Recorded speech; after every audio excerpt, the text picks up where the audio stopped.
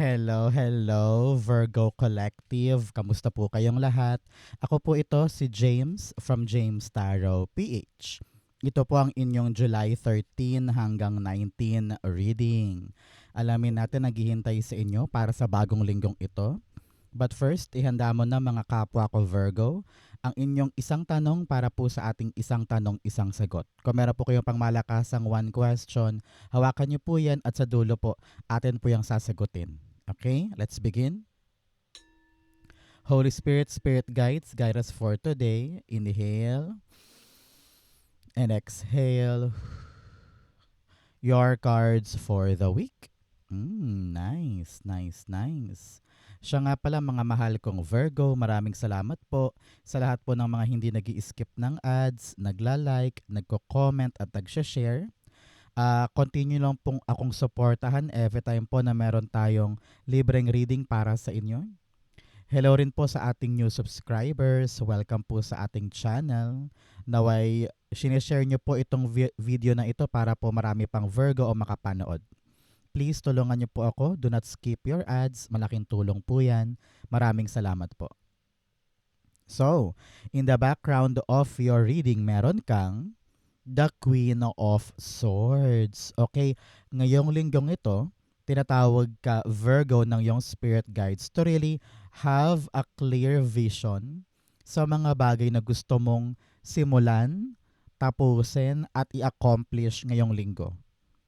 Ewan ko ba, parang narinig ko yung salitang, huy, mag-decide ka na. Huy, kumilos ka na. Huy, sabihin mo na. Panahon na daw para panindigan yung isang bagay na dati parang iniiwasan mo pa or ayaw mo pang gawin, ayaw mo pang asikasuhin. Pero ngayon parang nakapag-make up your mind ka na. Nakapag-decide ka na. Sabi mo, ito na yung gusto ko, ito na yung pupuntahan ko, ito na yung gagawin ko, sure na ako. Parang ganyan. So congratulations on a very clear and mapaninindigan mong desisyon moving forward. Okay? Especially here in your core energy, you have the 5 of Wands. Nasa very competitive world ka ba, Virgo? Yung para bagang yung isang bagay na gusto mong pasukin, parang malaki yung kompetisyon, marami nag-aagawan, lahat magaling. Kaya minsan parang nai-intimidate ka or nahihirapan kang sumabay or nahihirapan kang makibagay. May potential ka eh, may kakayanan ka eh. Pero kadalasan medyo nai-intimidate ka sa galing ng iba o sa ginagawa ng iba. Kaya parang palagi mong nire-reinvent yung sarili mo na parang kaya ko ba to? Itutuloy ko ba to? Ano ba yung pwede kong gawin? Ano ba yung pwede kong diskarte para ako yung mamayani, para ako yung matanggap, para ako yung makuha? Sabi dito, do not focus yourself on other people. Mag-focus tayo sa ating sarili, no? Kung ano yung gusto natin, ipaglaban natin. Kahit pa maraming katapat, kahit pa maraming humaharang, kahit pa maraming balakid, you always need to trust yourself. At kung talagang pangarap mo yan, kahit anong hirap, kahit anong pagod, kahit anong kalaban ang dumating, lalakarin mo, gagawin mo. No? Sa panahon to para wag isipin yung mga conflict sa paligid. Halimbawa, meron kayong dispute with your boss or dispute with your co-workers o sa family member mo o sa mga kaibigan mo, okay lang yun. Ang mahalaga malinaw sa'yo kung ano yung dapat mong gawin. Na parating mo yung sinasaloob mo, nasabi mo yung mga dapat mong sabihin. Kumbaga wala kang ititira ng mga kinikim-kim. No? Kung ang kapalit nito ay pagkalinaw at saka magandang direksyon, ipaglaban natin. Okay? The 5 of Wands, meron kang the Moon card. Si Moon card dito, malaki siyang representasyon na ang ating mga problema temporary lang. Kung ano tong mga away, problema, or kompetisyon, or mga kinakaharap mo ngayon, sabi niyan, hindi ka daw dapat magpakalunod sa mga kinakaharap mo. Meron kang power and clarity and paninindigan ngayon para lumaban, para bumira. So, ibangon mo ang sarili mo, tumapat ka. Kung talagang nandyan sila sa harapan mo, nandyan ka din para harapin silang lahat, 'di ba? So, do not back down. Kung ano naman to, conflict man sa pamilya or challenge sa trabaho or challenge sa pangarap mo, kayang-kaya mong tumapat dito at babangon ka. Sabi ko nga, temporary lang tong problem na to at pagbalik mo doon, kapag na-figure out mo, ganito yung gagawin ko. Sure na ako kung ano yung bala ko. Sure na ako kung ano yung strategy ko. Makakalaban ka dyan. Makakaahon ka din. Okay? Congratulations. So, mga mahal kong Virgo, mga kapwa ko Virgo, ano ba yung mga kinakaharap mo ngayon na mga problema na akala mo walang lusot, walang solusyon, no? Pero sabi nga dito, meron. Makakalagpas ka rin kaya ituloy mo 'yan. Maniwala ka, manalig ka. Comment mo nga sa baba ano yung mga problemang balak mo ng solusyonan. Comment nyo po. Naku, matutupad yan kapag sinulat mo. Okay? In the area of what you need to focus on, meron kang the King of Pentacles. Si King of Pentacles dito, sinasabi ng yung spirit guides na panahon na for us, tayo mga Virgo, na isipin yung pangmatagalan natin. Halimbawa, pangmatagalan na retirement money, ipon, may ipon ka na ba Virgo? Kahit 10 pesos every day, naku, malaking tulong pa rin yan. Malaking difference yan pag tumagal, di ba? O kaya nag-i-invest ka na para sa exercise, meron ka ng bagong meal plan na everyday ganito lang yung kakainin ko, no? Kailangan daw meron tayong pangmatagalan na iniisip ngayon. Halimbawa din, yung iyong trabaho, yan by permanent job or on-call ka lang? Paano ba yung sistema? Tayo ba ay nag-iisip ng pangmatagalan para hindi na tayo mag-isip ng for the next month, next year, kung meron bang papasok na pera? Panahon to para isipin yung mga permanente, mga pangmatagalan, yung mga bagay na sigurado, no? Kaya kung ikaw naman ngayon ay meron kang inaasikaso na alam mong permanente, pangmatagalan, alagaan daw. Make sure na bawat step mo malinaw sa'yo kung ano yung dapat mong gawin para ito ay hindi maapektuhan, hindi masira, hindi mapurnada. Okay? Tinatawag ka ng yung spirit guides Virgo na kung meron ka mang pipirmahan, meron ka mang papasukin na bagay, dapat daw siguraduhin na totoo, legit, at talaga namang meron kang realistic na mapanghahawakan. Okay? Halimbawa, ikaw ay tatanggap ng bagong trabaho sa Maynila, taga Tugigaraw ka halimbawa. So, kung taga Tugigaraw ako, tapos may nag-offer sa akin ng work sa Maynila, I need to make sure. Kailangan klaro sa isip ko yung trabaho doon. Sigurado ba yun? Legit ba yun? Parang ganun eh. You have to make sure na yung papasukin mong bagay na alam mong promising, maaring long-lasting, dapat sure. Dapat kahit paano hindi ako kikilos ng patalo. Okay? Importante yan.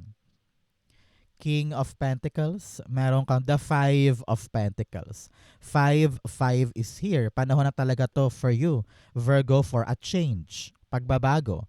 Ano daw ba yung mga dapat baguhin natin, mga dapat itama, mga dapat itapon, mga dapat bitawan, mga ganyan. Okay?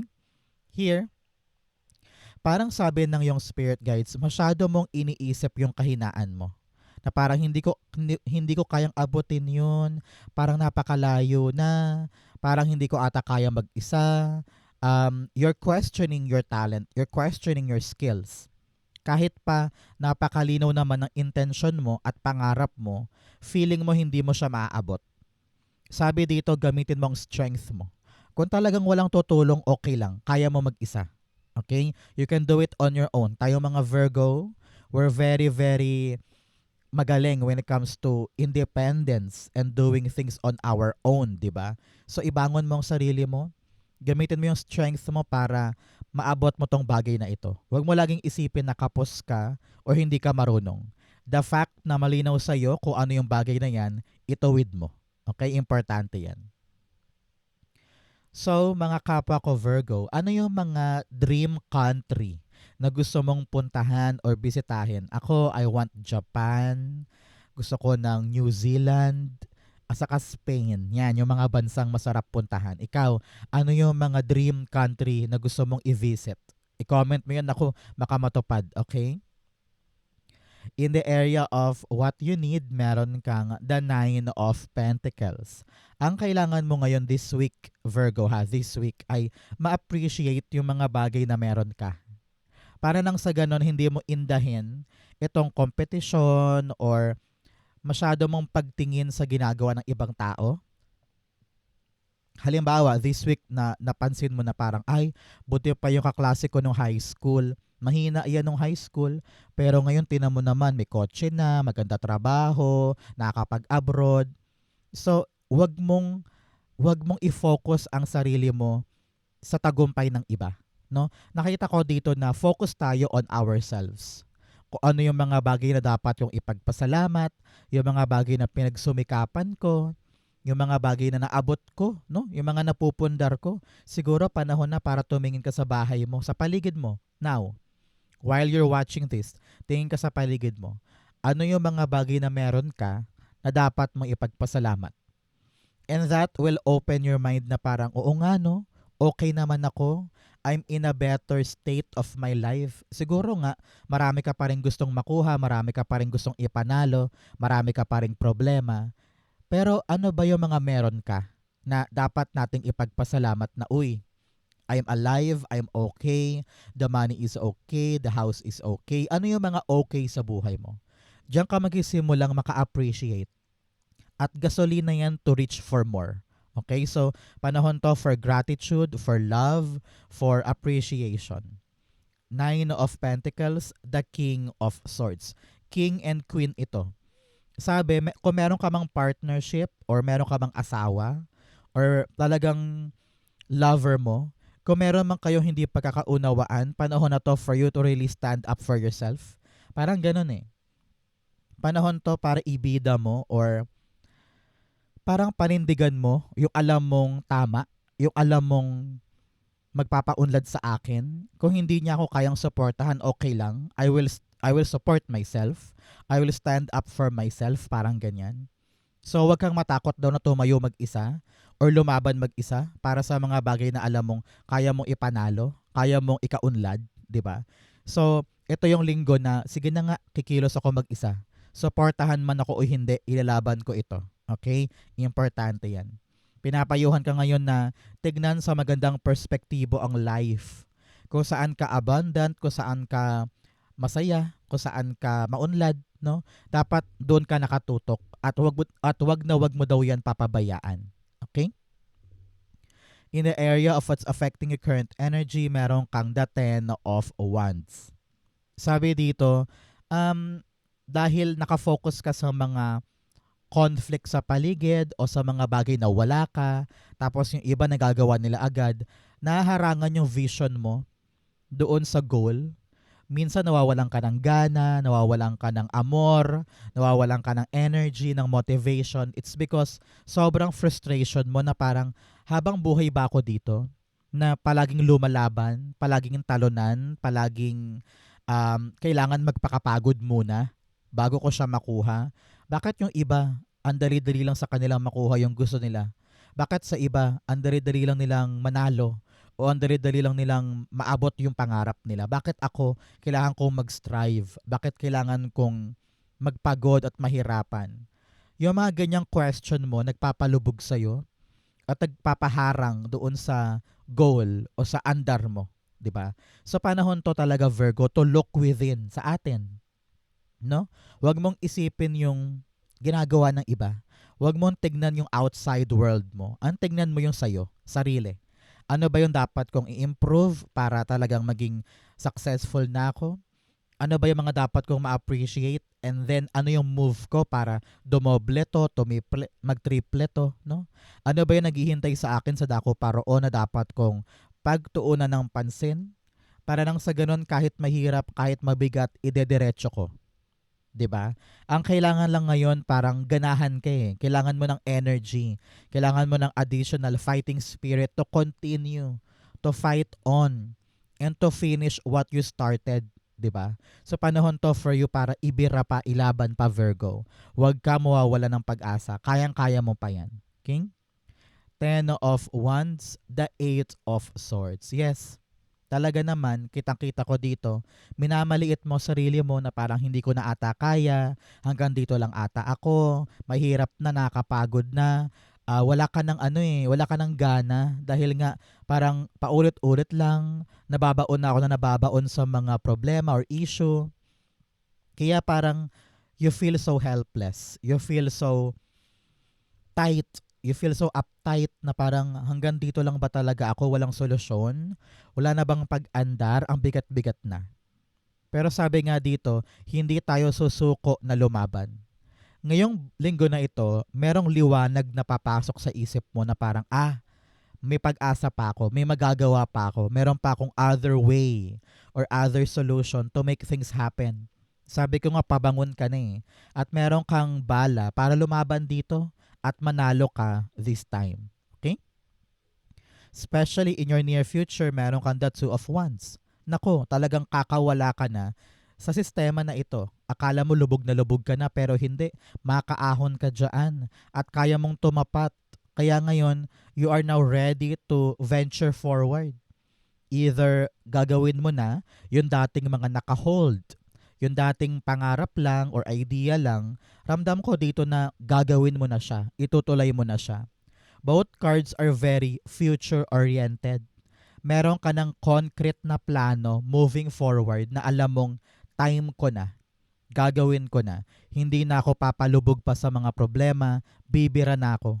Hindi na ako mahiyain, hindi na ako mahina, malakas na ako ngayon at kayang-kaya ko ng ilaban kahit gaano pa kahirap, kahit gaano pa yan matrabaho. Sabi mo, I will charge forward on a new territory. Maaaring lilipat ka ng bansa, ng lugar, ng bahay, or lilipat ka ng career path, no?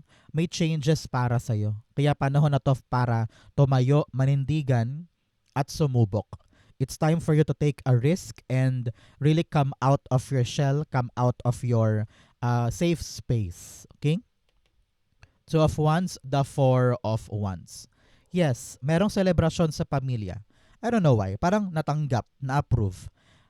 Nakita ko licensure exam or makalipat na kayo ng bahay. Congratulations.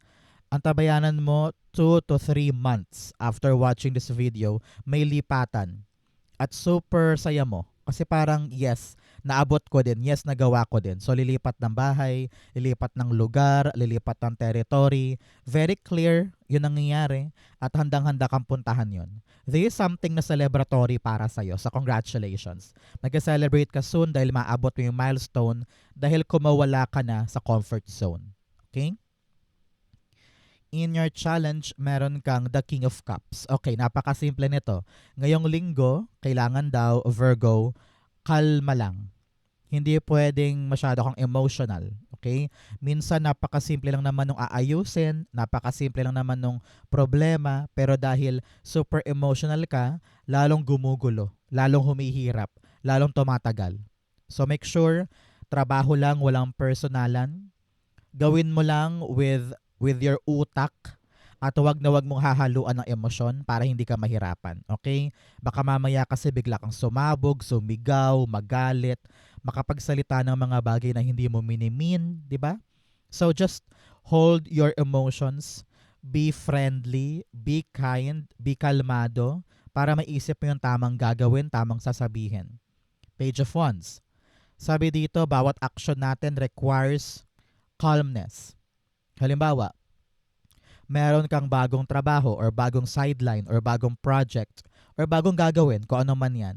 Excited ka pero kabado. Excited pero takot. So kung hahaluan mo ng emosyon, baka masayang tong bagong opportunity. Kaya relax ka lang. Okay, wag mong bibirahin ito ng walang tamang pag-iisip, 'di ba? So importante kasi sa ating mga Virgo na we plan ahead, 'di ba? We plan ahead.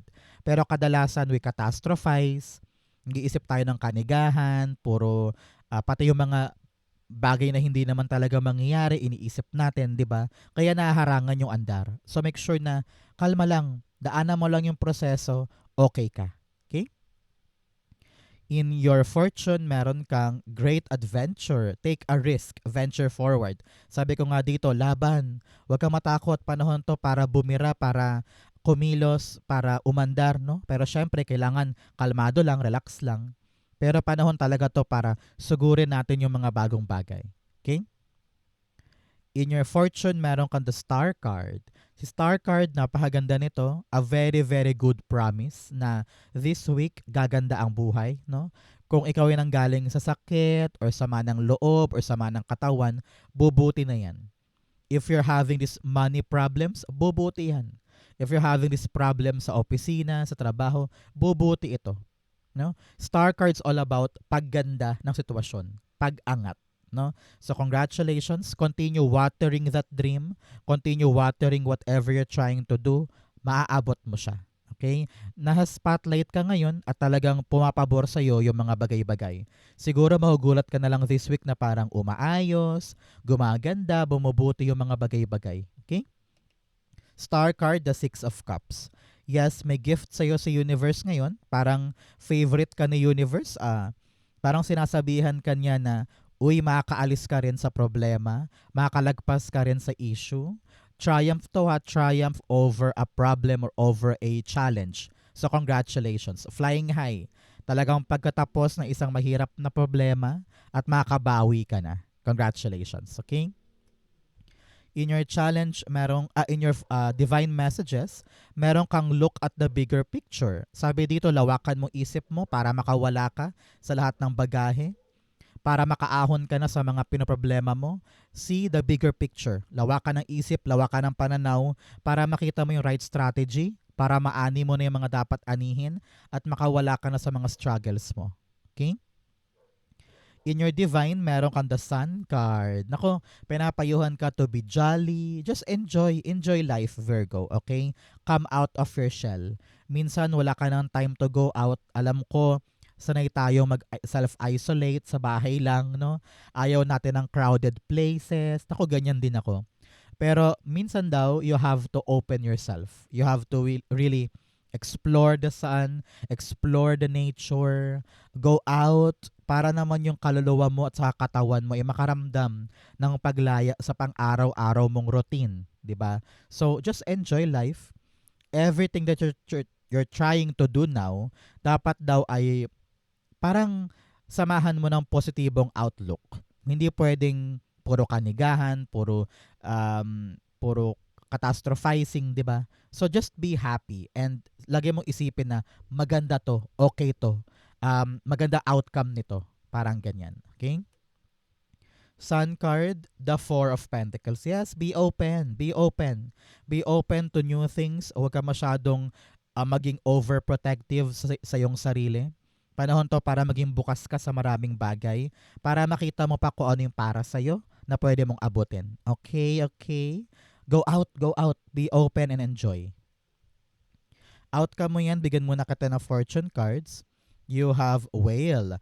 Great worry over nothing. Sabi ko nga, masyado ka na problema tungkol sa mga bagay na temporary lang naman yan. Kayang-kaya mo yung lagpasan. Okay? You have boot. Increase your effort if you want to achieve your goal. Napakasimple. Sabi daw, increase daw yung ating effort, magsumikap, huwag matakot na lumaban para matupad yung ating mga gusto. You also have pineapple reconciliation. Meron daw pong pagbabate or pag-aayos sa mga relasyon, no? Kung meron ka mang nakaaway or nakasamaan ng loob, okay lang yan. Pwede naman kayong mag-make up and magbate. Okay? Another message, sunrise. Oh, 2 araw na ito. New creative ideas, new ventures, a fresh start. Talagang sinasabihan ka na merong bagong simula, bagong pag-asa, bagong liwanag na dapat kang ma-excite. So, talagang bumubuti na yung kalagayan ng buhay mo. Kaya huwag ka masyadong matakot. Okay? Ang outcome ni Virgo for July 13 to 19, the Four of Cups. Yes, talagang new start, new beginning. May excite ka ngayon kung ikaw po ay talagang na-disappoint nitong mga nakaraang linggo, nakaraang buwan tungkol sa mga bagay-bagay sa buhay mo, mga bagay na hindi mo nakuha, hindi mo na-enjoy, or walang nangyari, no?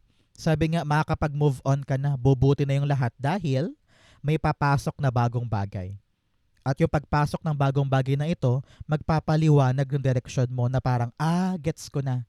Ito pala yung para sa akin. Hindi na malabo, hindi na ako nakalubog. Alam ko na yung mga dapat kong ipaglaban. So ngayon, rise up. Be strong, be brave. Huwag masyadong choosy.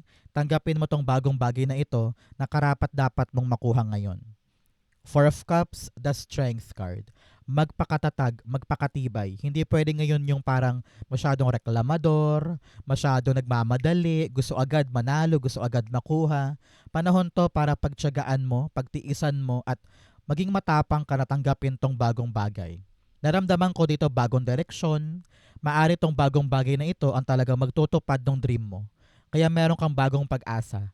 The universe talaga is giving you a new gift na dapat mong tanggapin, dapat mong ingatan, dapat mong i-take yung chance. Kasi hindi lahat nabibigyan ng gantong chance. Okay? Congratulations. So Virgo, dako na tayo sa yung isang tanong, isang sagot. Pumikit ka na ngayon, isipin mo tong one question mo. Inhale and exhale the answer to your question. Queen of Cups. The Knight of Swords and the Three of Wands. Beautiful. At the bottom of your deck, meron kang the Eight of Cups. Sabi dito, Virgo, panahon talaga to para umandar na, kumilos na, no? Lumayo ka na sa mga bagay na alam mong hindi ka na masaya at sungkitin mo na talaga yung alam mong para sa'yo. No? It's all about you following your heart. Alam mo sa puso mo eh. Tayo mga Virgo, sigurista tayo eh. Alam natin kung ano yung ayaw at gusto natin, di ba? Di ba? Kahit ako, ganyan ako. I know what I want. I know what I need. Kahit pa maganda yung isang bagay, pag alam kong ayoko niyan. Diba? At ganon ka din. Yung tawag ng puso mo, kung saan ka masaya, kung saan ka talaga fulfilled, whatever gonna make you so genuinely happy, pupuntahan natin yun. No? At hindi ka na makikinig pa sa dikta ng ibang tao. Nakapag-decide ka na, nakapag-isip-isip ka na, gumora ka dun. I-chase mo, sugurin mo. Huwag kang magsayang ng oras, huwag kang magsayang ng panahon, no? Umiikot ang mundo, hindi ka niya hihintayin. So kailangan we are energetic, we are having this stamina para ilaban at kunin talaga yung alam nating para sa atin.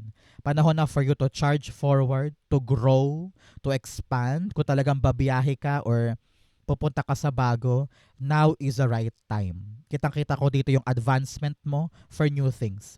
Kaya kilalanin mo yung nasa puso mo. At sumugod ka doon dahil para sa iyo yan. Ramdam ko dito yung redirection talaga. No? Pinapapunta ka ni God sa mga bagong bagay na doon ka talaga uunlad, mag-e-enjoy, sasaya. No? If you're waiting for a yes or no, the answer is yes. Yes, ito para sa'yo. May bago, kaya huwag ka nang malungkot. May mas higit pang bagay na talagang magpapaligaya sa'yo at magpapaunlad sa'yo. Chase it. Don't be afraid. Para sa'yo yan. Okay? So Virgo, yan po yung isang tanong, isang sagot ninyo. Sana po yung nakaresonate ka. Ganon din po ang inyong July 13 to 19.